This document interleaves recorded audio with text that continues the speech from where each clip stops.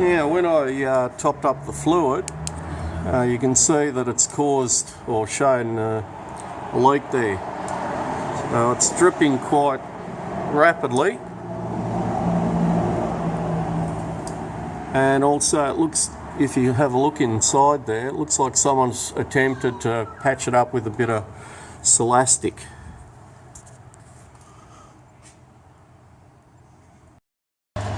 Now I've got to take the valve body off, so we've got to remove the little connector sleeve there. So you just basically, it's a little bit hard to see, I've got low light here, but you flick that tang out, pull the plug out. There's a little, I think it's a 7mm socket needed to undo that, the bolt. Slide that out and then you'll be able to drop the valve body. They're still the same T30 size bolts on the valve body, and then we'll be able to, we've got to change this park interlock unit here that's leaking. Now it's going to be a little bit hard to film, but basically we need to remove this linkage here. There's a pin that runs through the case there to be able to undo or get that park interlock or park actuator out. So it's a little bit confined there, but what I'll do is I'll get a diagram off the computer for you and see what I mean, how to get it out. Now on the ATSG book they call it the PLIL, or the park lock interlock linkage. They also call it the park actuator.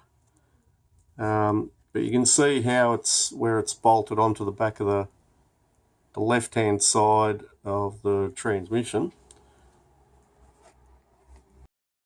And conveniently there are two different types. You can see there's an early version and the later version.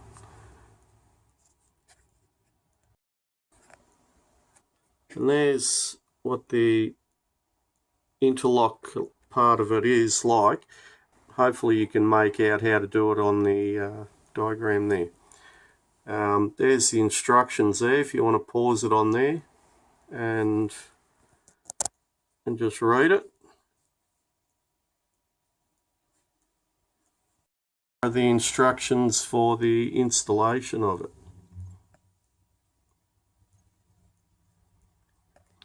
This here's a little diagram that shows it from underneath.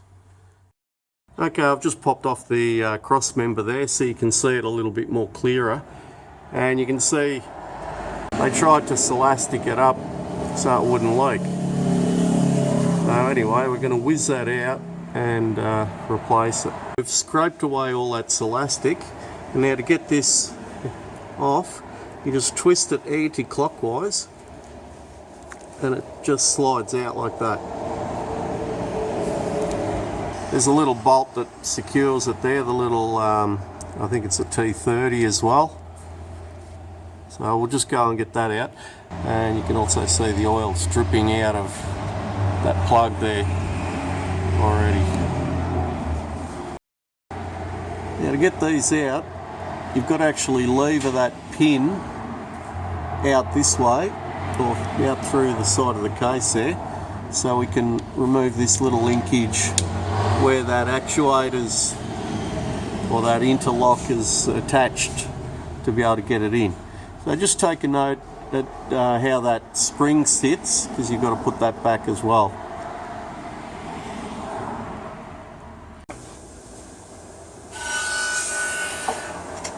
Now I'm just going to get that thing started there.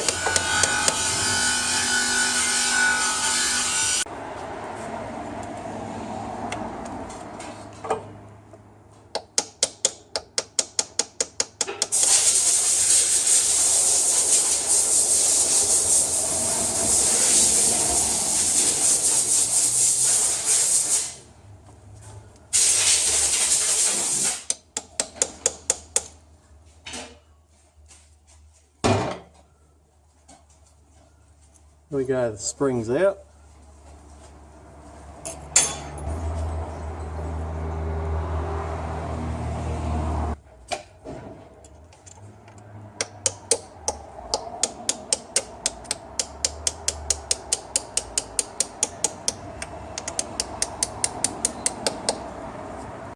Now there is a little O-ring on that pin there. Just be careful not to damage a shaft that goes into the case. Just grab it to the outside or the other side of that O-ring.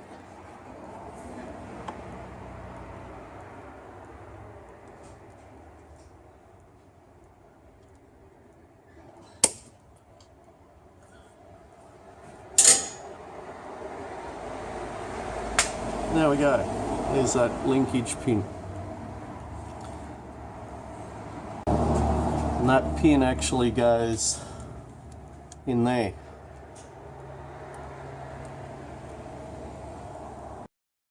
Now there's the new one, and you can see once these seals here tear on it, the oil can actually bypass there and go leak outside the case. So now it's just a reverse of what we did before. Push it in, put that bracket on, push the pin back in. I'm also going to replace that little O-ring on there before I push that in. Another thing to look out for, you can see how that bracket's sitting straight down like that, and the bolt hole's actually at about 11 o'clock. So you just manoeuvre that little rubber around so it just sits like that. If it's pulling one way or the other, these rubbers won't last as long. They'll tear a lot quicker. So just try and align that as best as you can. And then now we're just going to put it in. It is a little bit fiddly to push it in and push it into that little hole there. So you're not going to really see it much what I'm doing there. And also don't forget to put the spring in as well before you push the pin right through.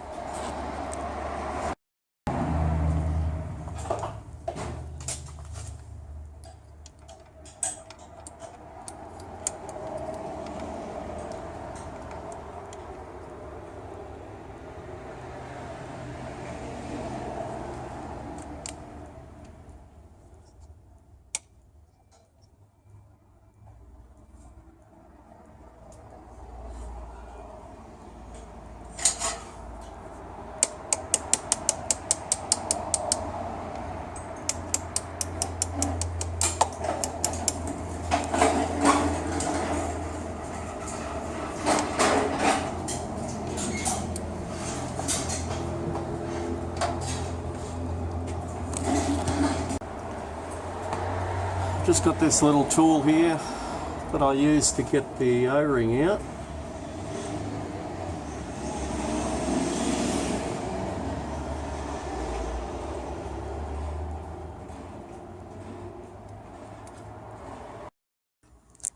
Now there's BS006 240 outer size, so hopefully that one will be big enough, or not too big. If it is, then what you can do is go one size smaller, and it'll actually stretch the rubber a little bit to go in there.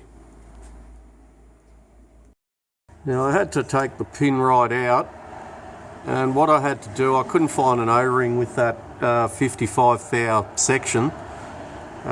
These I think are 63 or 65 thou section, so I had to actually machine the groove a little bit deeper, and then I actually got a drill bit and sharpened it basically like a nail, and worked it in there in reverse, not so it's cutting, so it's hopefully made a little chamfer there.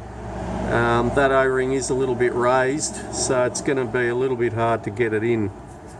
So I'm going to try and put it in now. When you're putting it in, right, just work it in. That'll go in through that linkage quite easily. If I can line it up with one arm. There we go. And don't forget to put the spring in there before you push it in.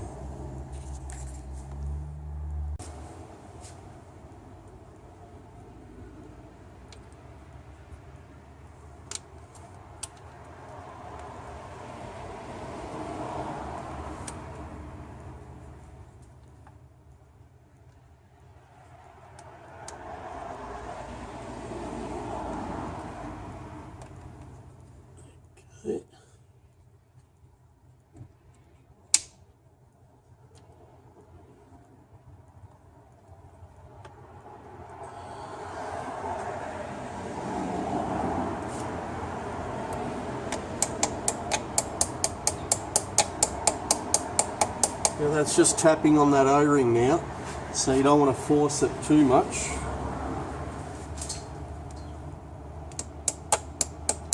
It's got to go in under its own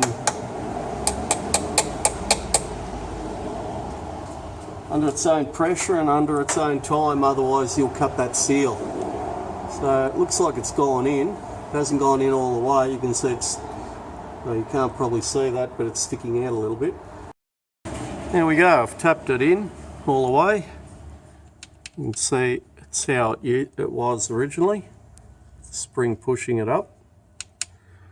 And now we just put this cable in. You can see it's got that little thing inside there that's supposed to locate in the slot in there. And what you do is put it in, push it in. There's a little tang there where my thumb is that you line up. Slide it in and just turn it clockwise. And that just sort of locks in place. Just sits there like that. You can see the oil was shooting right through and out here. So we'll put this little boot back on. And there's another little boot. Goes onto here. It just sits on there like that. There we go. Provided that O-ring hasn't been cut there. It doesn't look like it because you'd see a little strip of rubber if it had. And it doesn't leak there.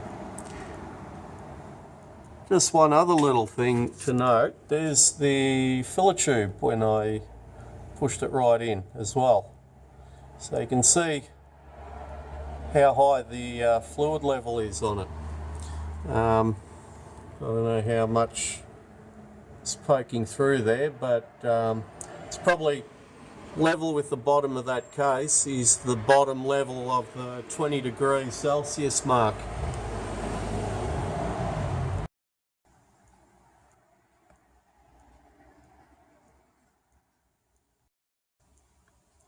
And how to adjust that interlock if it needs it.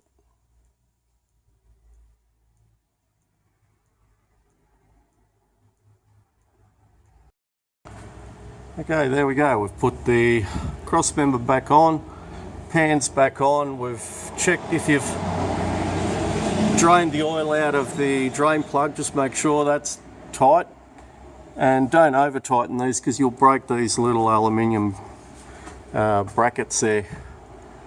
So everything's back. We're ready to refill it and make sure it's not leaking oil anymore. That hole there, possibly if it does leak there where that pin was pushed in, may have to seal that up. There's no pressure there, so hopefully if it does leak we can just put a bit of Silastic in there to stop that leak.